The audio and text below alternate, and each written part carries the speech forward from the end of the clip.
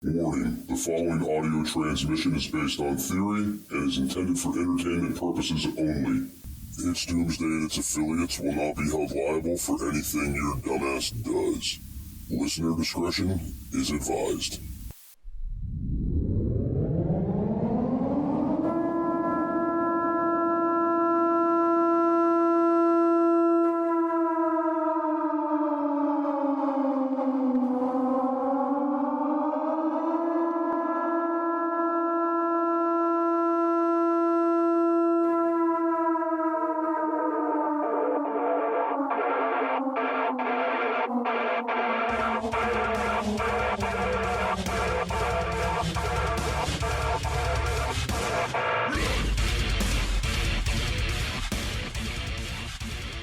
Welcome, everybody, to It's Doomsday podcast. Today is November 27, 2022. Time is 18:01, and joining me, as always, is Al, a.k.a. Big Daddy Prep. What's going on, man? Just a long weekend, Jester. This nice Thanksgiving weekend. I hope everybody had a great Thanksgiving weekend. It's been a long one. The weather here has kind of been drabby, but hope everybody had a good week. Al, I got to tell you, this whole Thanksgiving week has screwed me up royally. I lost the whole day. I kept thinking yesterday was Sunday the whole day. It was just really weird and screwed up. Yep, it has been for me too. Believe me. I'm just trying to get back into the swing of things, and it's pretty difficult to do. And I know Monday's going to be nuts with everybody doing Cyber Monday shopping online, and I know for a lot of people they have that day off as well, so they're going to be out and about. But it's crazy right now, man. Everything's nuts. I'm ready for the holidays to be over. It is. This whole week has been like trying to shove 10 gallons in a 5-gallon bucket. It's exactly the way it has been, and nothing's been right. And it has to do with the world. The world right now is in a crazy, horrible, screwed up place. It really is. It's not just you and I. It's everything. Right, and I 100% agree with that, which kind of pulls us into our topic tonight, which is the breaking point. So, guys, we're going to come at you a little bit differently. Typically, we tell you guys, how to prep, what could go wrong, survival product situations, things you guys need to do to get ready for whatever's coming. And a lot of people out there kind of give a little bit of backlash, saying nothing's coming, everything's going to be fine. And I think that's kind of what we need to put to bed tonight. Not everything's going to be fine. Something's definitely coming. Yeah, not everything's good. I promise you, not everything is good. Oh yeah. Well, so the whole point tonight was to get into some of these wild scenarios and situations that could make everything fall apart. And I think the first thing, Al, that we should start with is possibly the government and what's going on. Absolutely. The government being in the situation that it is right now, where it is absolutely useless to itself and to us in general. The government's supposed to do certain things, Jester, and it's not doing those things. It's not functional, whether or not it's one side arguing or the other side arguing, or when it's like it is right now, where it's kind of a 50-50 mix and nobody can. Right. And that's the one thing I want to say about the government. Guys, they are creating these chaotic stages. They're creating this big separation and divide. I've seen so many people jump back on the Trump train or the Let's Go Brandon train. I'm watching all these people jump back on board with this and get fired up again. It seemed like it just calmed down to where you weren't seeing too much of this separation and too much of this divide. But if Trump runs for election again, which he said he is, we're going to see a lot of chaos. We're going to see a lot of things break bad. We're already at each other's throats as it is with everything that's going on. But I got to tell you what, the government likes this situation. They like the divide. They want this chaos because as long as you and I are arguing amongst each other about politics, we're not looking at the government holding them accountable for anything. You know what I'm saying? Absolutely. That's the whole thing right there, Jester. People don't understand, and I'm not trying to preach to anybody, and I'm certainly not trying to dispel my beliefs on anyone else. But I will say this, and this goes for either side that you're on, or if you're dead in the middle. One side wants this, the other side wants the other. Nobody wants to give or take any, and those that are in the middle are just absolutely collateral damage, and that's what we've become. They want your money. They want your time, they want your commitment, but yet nothing in return. And when I say nothing in return, literally our government is giving us nothing in return at this point. We're pretty much looking at now a lame duck president for another 2 years, whether you want to admit it or not, whether you're left or right, whether you're Democrat, Republican, Independent, makes no difference. We have a lame duck Congress now. We have pretty much a lame duck president, and we're going to be like this until the next election. And for the next 2 years, while we're working up to this election, it is going to be an utter shit show and fireworks every stinking day. This, in turn, is going to get people worked up. As we used to say in prison, yeast it up. This is going to get people worked up. Don't get so worked up that you fall for, well, things that are out there, because there are a lot of traps and pitfalls out there that are set up on purpose to catch you. So be very careful who you line yourself. Oh no, 100%. So that's the one side of this, guys. We've watched the separation, we've watched this divide, we watched this nation fall apart during the pandemic. We've seen the shortages, and we've saw how well the US government has handled this. Okay.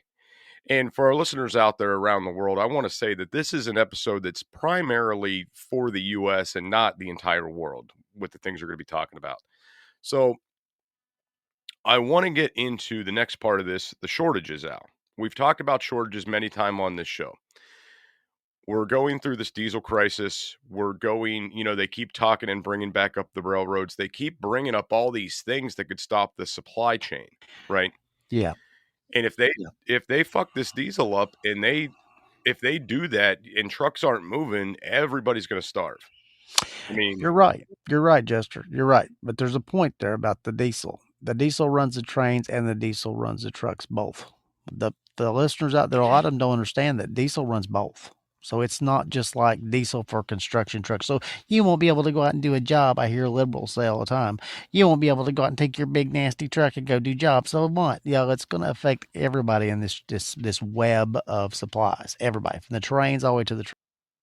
Right, now let's dive into that a little bit, all the things that are affected by this. So yes, the trains, yes, the trucks. Let's not forget the boats on the rivers that push coal up and down the river. Those are all diesel that are going to the power plants, okay? Then if you want to get deeper into it, if diesel would just altogether be gone, you're not going to be able to even mine fossil fuels because all that equipment's ran off diesel. Right. You're not even going to have a power grid at that point. I heard an interesting thing today, Jester, that I did not realize, and I had not taken part in some of these discussions in the past. I had listened to some folks today, and they said one train car, what is carried in that train car is equivalent to about 10 tractor trailer box trucks. So let's just take that and think about it. For every car on a train that you see that's a box car, that's 10 train trucks. 10 trucks that would go up and down the semi. Semis go up and down the road. Think about how much goods that is. And people say, well, don't worry if we don't use trains. If they don't come to an agreement, we'll just put it on the road. No, you won't. There's not that many trucks on the road. And at this point, we're already stifled with that. So, yeah, we're looking at major, major supply chain issues, even bigger than we had last year. Well, let's not forget, too, that I think some of the people that are saying that are maybe people that they're not out on the road all the time. Number one, there's tons of trucking companies out there hiring. They can't get enough people, right? And then the other thing is there's so many trucks on the road already. I see these guys backed out of truck stops at night. The truck stops are always full at night. I mean, it's not just about getting food to the grocery stores. This is everything is moved on trucks. Al, our restaurant couldn't function if we didn't get a weekly delivery from a semi truck. Right. And most of your grocers and your big box stores, they look like they have a lot of things in it. But when it comes to basic supplies, they have about 24 to 48 hours worth of supply. If they're not replenished in 48 hours, they're not going to have basic supplies. Then everything else starts to run out behind that. So, yeah, it's a major grid issue here. And there's so many things culminating at one time: the diesel shortage, the high price of fuel, the possibility of shutting down of the rail lines because of the railroad workers strike. There's so many things right now just in that one section that's causing this. So, but that kind of leads into the food thing that I made a few notes here for things that are problem engineered, and this kind of plays in with the diesel and everything, kind of plays into the engineer of the food supplies. We've seen our food supply over the last 6 months be diminished in great amounts by fires and just strange events that are taking food out of the supply chain. Hey preppers, do you want 10% off survival food? Go to www.readywise.com and use code DOOM10 at checkout for 10% off all your survival food needs. Again, that's code DOOM10 at checkout at readywise.com, DOOM10 for 10% off at readywise.com.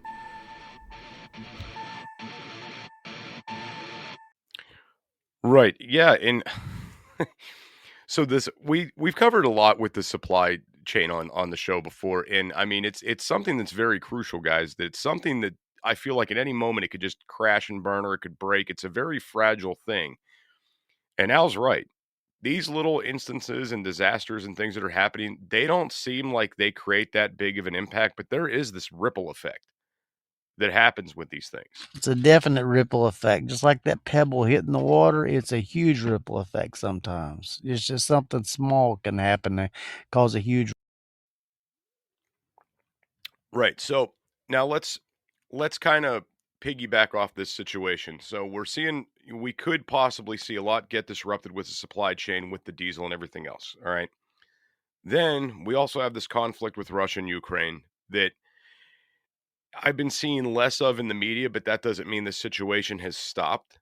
In fact, I think it's a situation where they want to get us into another forever war so they can keep funneling money to a different region. And not only that, but, with the new election coming, conflict's a good thing around election time. Absolutely. Right. And a lot of the money and a lot of the support for Ukraine and the money that's been funneled, yes, it was a big thing in the news in the very beginning, but now it's being very quiet, but it's still being funneled. Millions of dollars a day are being sent to Ukraine. Whether you see it on the news or not, it is still happening. But just like this huge FTX scandal that happened the other day, we're finding out now money that was sent to Ukraine was actually funneled back into the United States through investments that Ukraine and Zelensky were making. So that money's being funneled back. So there's a lot of things here, and people are getting mad. I talk to people all the time, and they're very upset with the amount of support that we're giving Ukraine. That's virtually unchecked. And you ask, where did the checks go? Where did the money go? Nobody knows. Nobody knows. Right. And that's a big thing too. And what I've been hearing is that a lot of this money is basically just being put in the politicians' pockets. Yes. Is where this is going. It's not going to the war effort. It's not going to the troops. It's not going to the families. It's literally lining the pockets of the politicians there. Right. They're in here both. It's on both sides. Yeah. So this is what I see happening. All right. So say this war goes on and eventually we get to the point where money is not enough to help them. They need physical supplies. We need to send food and groceries and bottled water and, toilet paper or whatever else they could think of that we need to start sending over there. Right. Thus diminishing the supplies we have in the U.S. Right. Okay. What about heating oil and gas and things like that? Because Jester, they bought and got a lot of their heating oil and things like that from Russia. They don't get that anymore. With the Nord Stream pipeline cut off now, a lot of Europe's the same way. So yeah, we're going to be feeding this war on a couple fronts. Not to get too conspiracy on this, Al, but I mean, could you imagine if they said, hey, there's just no more fuel here. We had to send it all over to Ukraine. And guess what? You need to go get that electric car tomorrow. Well, that's their end goal by 2030. But now I heard it's 2027. Now they're moving the goal back a little bit more. Their goal's coming towards us a little faster now. I think that's the goal. Unfortunately, if we don't change some major things in politics, your car is going to be virtually put out of commission. You're not going to be able to buy fuel or things for it unless you have that nice, shiny little electric car, which I'm not buying. So, I'll be the No, last and one. no, I'm avoiding the electric cars at all costs, and I know there's this big, everybody's, on this go green thing, and they think some of this is a conspiracy, and I gotta tell you guys, a lot of it is a freaking conspiracy. A lot of it is. There's no savings in fossil fuels producing these cars, hooking them up to the power grid that's running on fossil fuels. I mean, it's a gimmick. It's a way for them to keep moving product, keep the economy stimulated, a way to sell cars, keep people employed. It's a gimmick. It's a scam. I agree with you. And you brought up a couple topics. I've got a hot one here that you're going to love that has to do with this all crashing down at one time. What about our travel? You're going to see this happen in the next little while where your travel is going to be virtually restricted because according to what I'm understanding the other day, that we've basically, as the United States, through the president, have negotiated to put what is a COVID passport across the world. You're not going to be able to travel the world without a quote unquote COVID type passport. So your travel and your ability to go places is fixing to be stifled very quickly. Yeah, and I'll tell you what, that's something that I mean, they've talked about a lot. And I mean, just think about how that could slow business down. I mean, buddy of mine, I don't want to say exactly what he does or what his name is, but he is getting in with a company that does cargo and had to get the jab to get the job. Okay. But you have a lot of people that are walking away from things because they don't want to do that. They're still not getting on board with this. Even with all the evidence of this isn't doing anything, there's companies that are still pushing this, and it really makes you wonder why. Well, what they're wanting to do is restrict the travel of people across the world. Goods will still be moving back and forth, but they're trying to keep people from being able to move. If eventually they can move you from going, if they say, Jester, you can't go to Greece next year unless you have this certain thing, and you're not going to get that, then you're not going to be able to travel. But what says that when they say you can't go to Greece? Well, if they say, well, now you can't go to Canada, Jester, because, I know it's in the same continent, but now we can't let you go there. Well, we can't let you go to Arkansas now. I see restrictive measures starting out very big and then restricting down tighter and tighter and tighter. That's what scares me. I don't want to go to Tanzania myself personally right now, but if I did want to go, I want to know that I could go pay my money and go. That scares me because it could eventually say I can't go to Missouri from Arkansas. I could see this happening though, where they do restrict the travel. And I got to tell you what, I'll get out of the country one way or the other, and just pick me up at the southern border because they're not watching that one. I'll get back. You're right; they're not watching that one at all. That's what gets me is when they say that you can't go here, can't go there, but yet there are people coming here every single day, and that bothers me. So let's talk about this for a second. Another part of this that could bring something bad. So the border crisis is always talked about. All right. The influx of people that have came in during the current administration is unreal. All right. To the point where they don't know where to put these kids that are getting separated from their families. Like the foster care systems are getting sucked up. Foster parents are needed like everywhere now because of all these children that are coming in that they don't know what to do with. Now imagine a situation where, and I'm not saying this would shut down the whole country, but depending on where you're at, it very well could. So say that you get a lot of illegal immigrants coming in to a certain town. What are they going to do? They're going to be utilizing up the local supplies from your grocery stores, from your Walmart, this, that, the other. If the supplies get cut off to that area for a brief period of time and they can't resupply quick enough, you get what I'm saying now? Like they're going to deplete their supplies even faster with all these extra people that they have. Absolutely. And these people, and here's the thing, these people aren't on the census.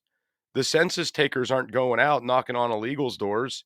If they don't know they're there, they don't know to count these people. They have no idea. Right. And not only that, but Jester, understand that, and I'm not being racist or I'm not being xenophobic or anything else like that. I'm saying people in other countries don't do and act like we do. Here in America, if we have a shortage, we gripe about a lot of things, but we usually just get over it and go on. We've had a higher standard of living. A lot of people that are coming from countries that have lower standards of living, if there's no bread, they're willing to take yours. that's a crime increase. We're seeing crime increase all over the country like crazy now. Crime is a huge statistic. We actually have, we had a record year in like 1993 here in Little Rock, Arkansas, with 70 murders. We've surpassed that by the first day of November this year. So that means crime is everywhere, and it's getting only worse. Even in the middle of the country, on the coast, it makes no difference. So you can't tell me that some of that crime is not from people that are undocumented coming in the country. There's just too many stories about it every day for it to be a fallacy. No, I totally get it. Now, here's the other thing, guys. Let's talk about the idea of potential. All right, so we know the southern border is not being secured the way it should be. Okay, it's becoming a bigger problem. We can't vet the people that are coming in. Okay, so imagine if some terrorists got the idea to start sneaking things in through that southern border, It's happened in the and past. how detrimental that could be. How detrimental that could be for us. Right, right. I mean, what if, let's just use the what if. What if only 0.1% of those people that are coming into this country are those that would have nefarious backgrounds? Let's say that they could be terrorists or criminals that may rob or rape. Just 0.1%. Well, last year we understand that we were close to 2 billion people coming across the southern border. So start doing the math there and see exactly how many people that possibly is that could cause us problems. Even if it was a couple thousand murderers or terrorists in the country, how many terrorists do you have to have before you have too many?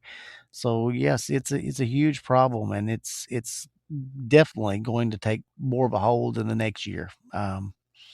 It's a huge problem. Our southern border is Right, and it is something, that I think could bring about, a lot of chaos in this country. Could it be this like horrible doomsday situation? No, but it is one more thing. It's one more thing putting a crack in the ice, folks. That's what it's doing. And the whole point of the show is to just, where are we at? Where do we stand now? How much time do we have left? When we at the last year we said what was coming in this next year, and we speculated on a few things to happen, and we've seen some crazy stuff, but it seemed like things got a little bit better. And it seems like things are starting to level off in some areas, but in other areas they're getting worse. Here's the other thing. People right now, and this is something that I've been discovering more and more lately, people are becoming horrible to one another. I'm talking mean, nasty, just very, very shitty to one another. And I know you guys are out there thinking, well, Jester, what's that mean for a doomsday situation? What's that got to do with anything? Well, it's the idea, if these people are willing to, push you out of the way now when things aren't bad in the middle of the grocery store to get what they want, imagine when they're starving, how these people are going to be reacting and how you're going to be treated. The most dangerous thing in a doomsday scenario is going to be the other people around you. All I right. agree totally. That's the big thing. Totally. People's ability to get along and do for each other is greatly been diminished. But let me say this. We've had a media, a government, and social media that have told us for the last 5 years that everybody is divided. Nobody is together. They have divided us by race, age, ethnicity, area of the country, your belief on this, your belief on that. They've got everybody thinking that everybody's out to hate you or do bad for you. Now, whether that's true or not, that makes you look at people in another way. That's the reason why people are so crappy to each other nowadays, and people treat each other so badly nowadays, because they feel like if I don't take advantage, you're going to take advantage. The good old days of America where we actually stuck together and did right, it's still there, but they're just telling us that we're not those kind of people anymore. And then that's bad. All right. So the next thing I wanted to get into with this too, guys, is we're being molded into conformity, right? Right. Specifically through different social media platforms. And the big one that comes to mind for me is TikTok. I'm watching the dumbing down of society through these online social platforms. I'm watching them train us how to conform and stay in line and not get out of line, right? And a good example for this, guys, is if you talk about the election on social media, if you talk about the jab on social media, and I don't really care what platform you're on. We all remember being in Facebook jail. Okay, we all been in Twitter jail. We've seen accounts get shut down, right? Freedom to speak out against the establishment is something that they do not want. We are being trained right now to conform pretty much through every social media avenue out there, right? And we are being taught what to think, what to believe. It's all suggested that we all drink the same Kool-Aid together, guys, and it's going to be great. Right. Exactly. This is the model of what the Chinese Communist Party have actually instituted in China, which is the social credit score. We are going through a slow and arduous we're on the treadmill just like they are in China. But Jester, let me tell you something. What started out as a Chinese social credit score is exactly what's happening here. It didn't happen to them overnight. It progressed faster than it is here, but we've been a free society where they weren't. It's going to happen here. They basically training you on what you can say and what you can't, and you're like, oh, can't say that. I'll get kicked off of so and so. That's training. Can't do this. Oh, this person got in jail, so they can't see their friends today, so I better not do that. That's all training, folks, and that's exactly what's happening. But I don't know if you've seen it for the last few days, some video that's been coming out of China. But, Jester, the Chinese people we thought would just, they'd never revolt or they'd never rebel. If you watch underground media nowadays, you'll see that people all over the world think the same way, and the Chinese are starting to revolt against their government too. So, yeah, there is hope. No, so I want to throw something out to all of our listeners out there, guys. I'm going to tell you what, I am no longer going to be advertising the TikTok channels on this show that Al and I have. Just because I'm fed up with it, guys. If you want to find us and you want to interact with us on social media now, I'm going to be spending pretty much most of my time on Clapper now. Me too. Right? Me too. The handle's the And same. if you guys, same on Clapper as it was on TikTok. And I'm with you. I'm no longer advertising anything about TikTok anymore, and I'm not going to do it on my show anymore either. My show either. I'm done with TikTok. No, so here's the thing, guys, and I'm gonna throw this out there for you. If you add me on Clapper, just add It's Doomsday Podcast on Clapper. Al's on there at big_daddy_prep on Clapper. I have a group on there, okay, where you guys can come in and ask to join the group and you can communicate with me in real time. I'm not trying to have thousands of people in there because I know it'll get chaotic. But if you're someone who's really into the show and you're someone that really wants to communicate and see what's going on, ask to join the group. It's called Doomer Fam on there. You guys can come in, you could chit chat, and everybody shares stories and information. It's a good little group chat to be in. All right. We are going to limit the amount of people that are going to be in there, though. So if you want to get in there quick. That's all. But yeah, so on that note, Al, yeah, it's done with TikTok, putting it in the show notes, putting it out there for everybody to come find us. Guys, just Clapper's where it's at. It's more or less an adult-free version of TikTok is pretty much what it is. So you guys are still going to get video content. You're still going to get show updates. You're still going to get things like that, but not going to be on TikTok. Let me say this about this, and I won't say let me say this, and I won't say another word about TikTok again. Folks, Here's the thing.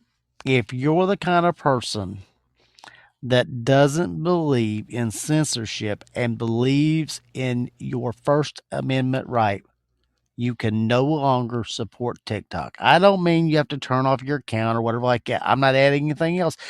But because I'm a butthole, I'm not turning mine off. I'm just not going to add any more to it. But I will say this much. If you think the First Amendment means something, you need to look at whether or not what you're doing with TikTok. Point blank. They're censoring everything you say and do. So right. And for me, I mean, I'm more or less done posting new content. I might post some updates about the show or clips just because I know there's people there that want to know what's going on. And I know they're not going to make the leap or the jump. But as far as any survival content, talking about anything, I am done. It's not going to happen anymore. The next thing I did want to get into with this, Sal, I am looking for a big gun grab to happen soon, or a big change within the laws to push more into disarming Americans. And yes, sir. we see an attack on gun rights every year. We see an attack on the Second Amendment. It's something that we're always seeing. It's never going to change. They're going to keep trying to institute more rules, more laws, more bullshit. So I could tell you what, I carry a gun pretty much everywhere I go. I'm staring at one right now. And here's the thing. I have this as that last line of defense in case I would need to protect myself or protect my family from immediate harm or death, right? So why have it? But it's getting to the point now where I would be terrified to defend myself just because of the repercussions of what we're seeing the courts do to people around the world, around the country. I agree with you. And Jester, I'm going to say this about the Second Amendment. I think there's going to be a huge gun grab. I see that coming. And if you'll notice, the 3 months before the midterm elections was very few mass shootings. As soon as the midterms hit, as soon as you dropped your vote, they all of a sudden started. That tells you right there that some of these things are engineered and they are coming for your guns. They're being more vocal now. If you'll watch, you'll listen to politicians, especially those on the left that got reelected or put in office. They are telling you exactly what they plan on doing. They're coming after your guns. I even heard it come out of the president's mouth the other day. They're coming after a semi-automatic assault weapons ban. When they go after one, they will go after all, folks. It's not, they don't just go after one thing, go, "Oh, we've had enough now. That's all we're going to do." No, it's not like that. I figure guns will double in price by summertime. So if you plan on buying any, you need to do it right now. That's just me. It's my advice. Right. And I recently just went out and picked up a new Glock that I haven't shot yet, but I'm going to get there hopefully next week and get out and do some shooting. But the reason I think the gun thing could be part of this crack in the ice breaking point is because the more Americans you disarm, the more criminals can go and take advantage and create crime with nobody to stop them. And they know this, right? Absolutely. They absolutely know if you don't have a firearm, you are vulnerable. It is a thing. It is what happens. So to me, if we see a big gun grab, we're going to see crime skyrocket. And if it's a situation where there's food shortages or, money's low, this, that, the other, we're going to watch that be an even higher hike in crime because there's not going to be anybody to stop anybody. I agree with you. And this is the whole thing we've preached forever. We preach all kinds of ways of survival tactics. We've always said security. I made a list of the things that I thought was part of what we were discussing tonight, and security was on top of the list because your personal security is something you can't negotiate. You have to have personal security. I believe when this gun grab comes, you're going to see crime. Crime's already skyrocketing, but you're really going to see crime go off the charts then, because a lot of people are going to give up their guns when they're threatened or their job or their whatever's threatened. They're going to give up those guns. Some of us aren't, but the ones that do, yeah, you're going to become victims. So you're going to go from gun owner American to victim real quick. Right. I couldn't agree more with you, Al. So one other thing I wanted to get into, and then let me know what you got on your list, Al.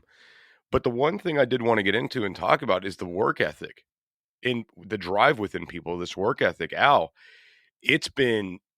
I've noticed this get so bad. So many companies are short staffed. So many people, they're so backed up with orders to go out, and like fast food restaurants can't keep people. We're having problems trying to get people at our restaurant. There's a big loss in work ethic and drive for people to go out and get and secure a job. And with this slows down goods and services, which another crack in the ice could cause major problems down the road. Yeah, the work ethic is basically gone ever since everyone took basically a 2-year hiatus, or a lot of people took a 2-year hiatus from their job, or they were only on part-time or homework or all these the things that they created during the pandemic. Yeah, people don't want to go to work, and those that are going to work aren't working as hard. They know they don't have to. People were financially taken care of when they weren't working, so it kind of killed the work ethic. I can go every single day out and do jobs like I do and go all over the state, and I could literally have a job in any stinking town I went to, anywhere, almost any company I go to work for, I'll be like, "Are you hiring? Yeah. You want a job? No, no. I'm just asking for a friend." So what's what I say. No one says, "Oh, I have too many employees. I laid off some last week because I got too many." Nobody, zero. From restaurants to major heavy industrial plants, nobody has too. Right. No, I know, and I mean that's the thing, and so let's get into this too, though. This turnover rate that we're seeing with the employment. Companies aren't treating people as good as they used to be, and that's also killing the work ethic, Yeah, right? because people know that if you don't treat me right, or if I don't perceive you treat me right, I can go across the street and get a job paying me $1 an hour or more, or $2 an hour or more, because they've already told me. Yeah, you're going to see employers now that are actually out headhunting other employers to take their staff from them. As soon as the place goes down and they think they have a good employee they want to hire, they'll go headhunt them because nobody wants to work. And I mean, can't I can't blame them for trying to fill their job needs, but a lot of people are headhunting from other employers. They'll go and say, "How much is he paying you? $15 an hour? I give you $17.50. I give you a take home truck." I've seen that happen. Oh Yeah, yeah, there's I've actual seen it happen too, cannibalism, Al. and headhunting in the employer business. It's happening all the time, but the thing is, the pool of people that actually can do real jobs, I mean, skilled labor, not college labor, skilled labor like plumbers, electricians, mechanics, people that can fix things that are in the construction industry. Those trades are off the charts now because there's fewer and fewer people every year that can do them, and people aren't going out and learning how to do them. So yeah, those trades are going to be huge in the next 2 or 3 years. If you know how to plumb, if you know how to go out and run electrical conduit or do whatever you need to do, you're going to have a job, I assure you, and you'll be able to pretty much name your price. Hey preppers, do you want 10% off survival food? Go to www.readywise.com and use code DOOM10 at checkout for 10% off all your survival food needs. Again, that's code DOOM10 at checkout at readywise.com, DOOM10 for 10% off at readywise.com.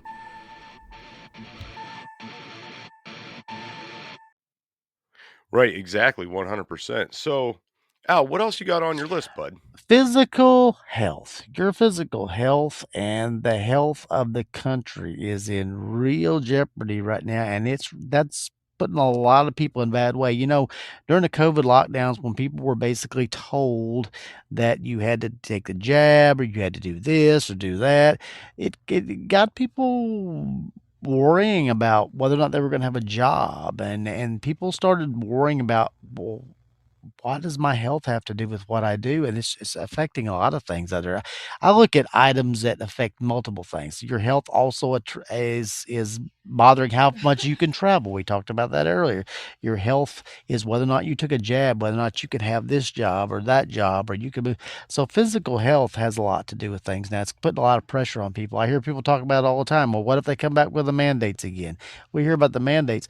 The mandates loom over people like a bad nightmare, and that's putting a lot of pressure on people. But one of the things that I also had on my list was rights. Your rights, whether it be your First Amendment, your Second Amendment, your Fourth Amendment, all your rights are being infringed upon in one frame or another. One way or another, they're being infringed upon.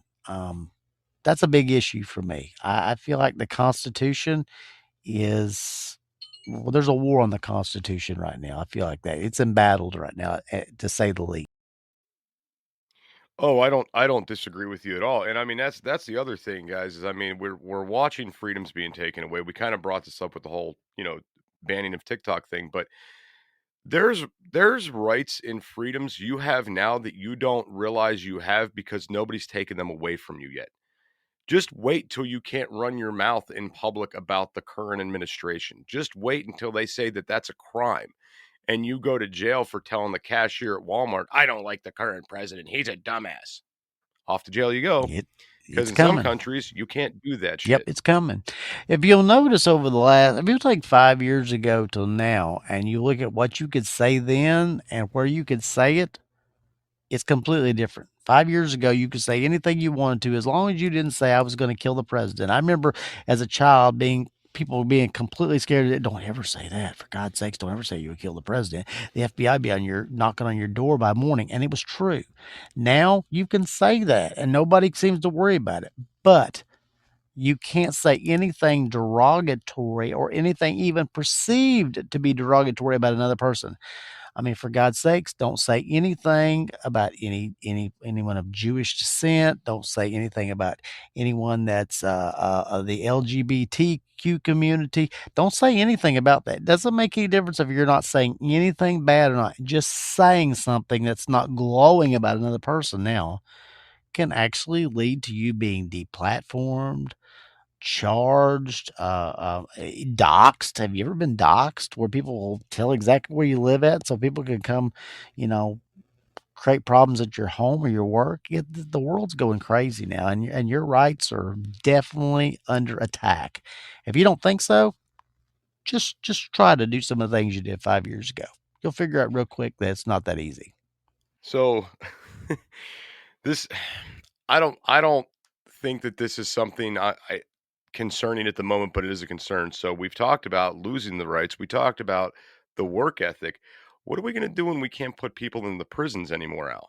Or the prison starts shutting down and people hit the streets? Well, if a lot of the left and a lot of those people living on the coasts, on each coast, the East Coast and the West Coast, and those left leaning areas, and I know not everybody there is like that, believe me, but if they have it their way, we'll have we'll have basically cashless bail all over the country where basically you go to jail and you get out and you don't have to pay to get out of jail. That'll be nationwide.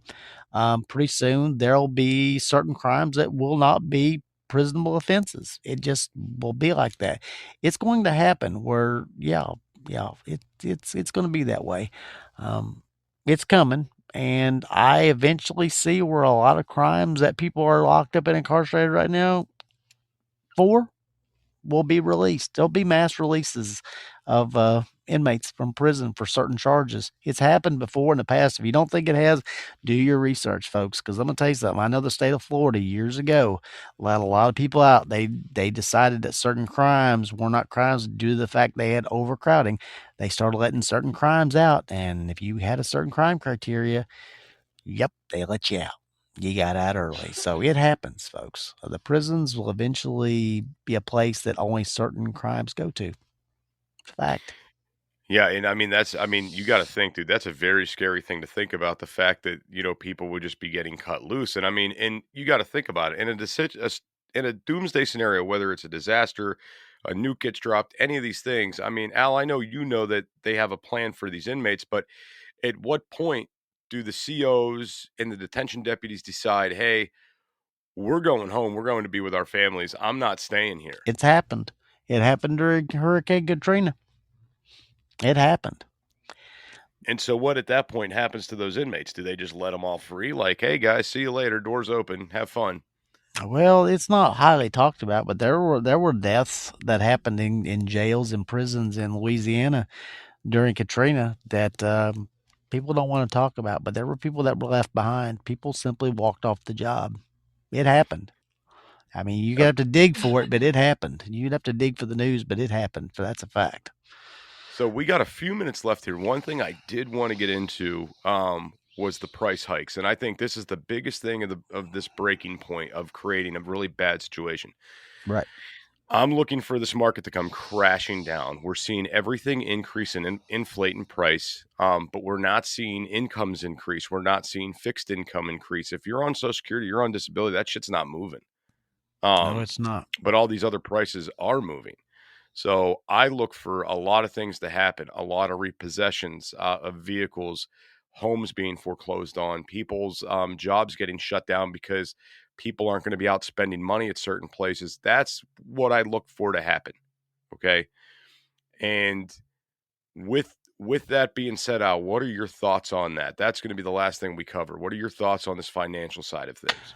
Yeah, I think what you're going to see is you're going to see inflation go off the rocker, and then on top of it, this shrinkflation. I mean, what the can of beans you used to get was 15 ounces for $1. Now it's 12 ounces, so that's a real thing.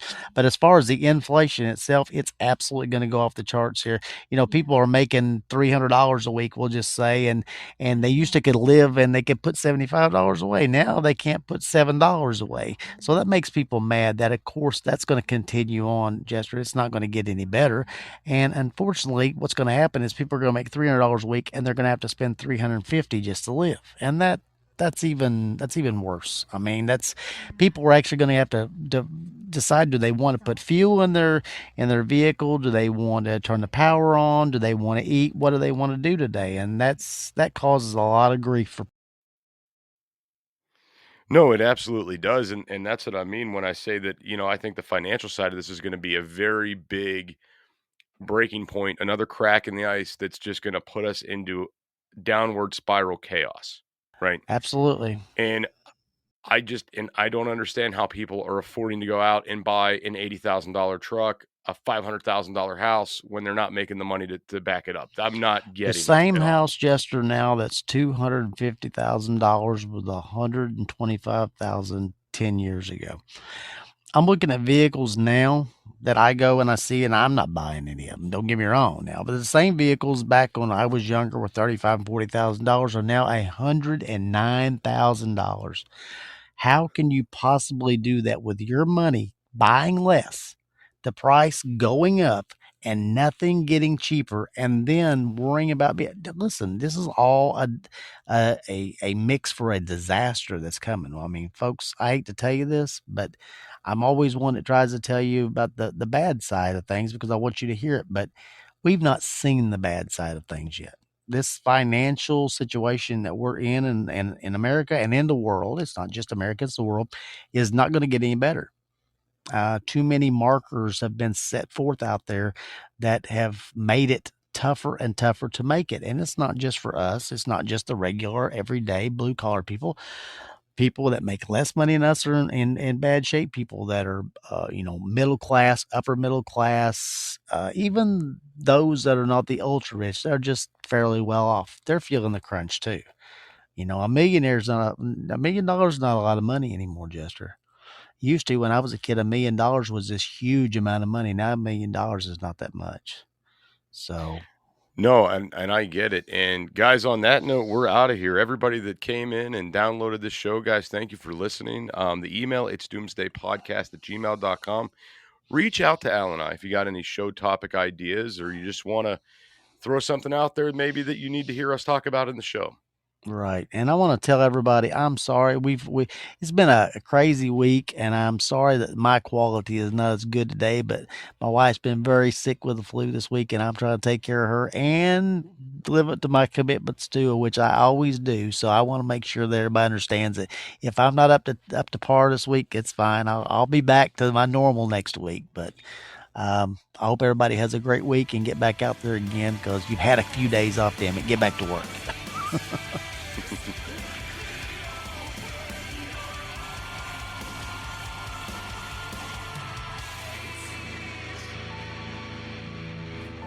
This is an emergency action message. At approximately 1 a.m. Eastern Daylight Time, NORAD is tracking 15 ICBM nuclear missiles inbound to the following cities: Orlando, Miami, Pittsburgh, Dover, Newark, Richland, Philadelphia, New York City, Baltimore, Los Angeles, Las Vegas, Boston, Seattle, Detroit. This is an extremely deadly situation. Stay tuned. The next emergency message will be a presidential address.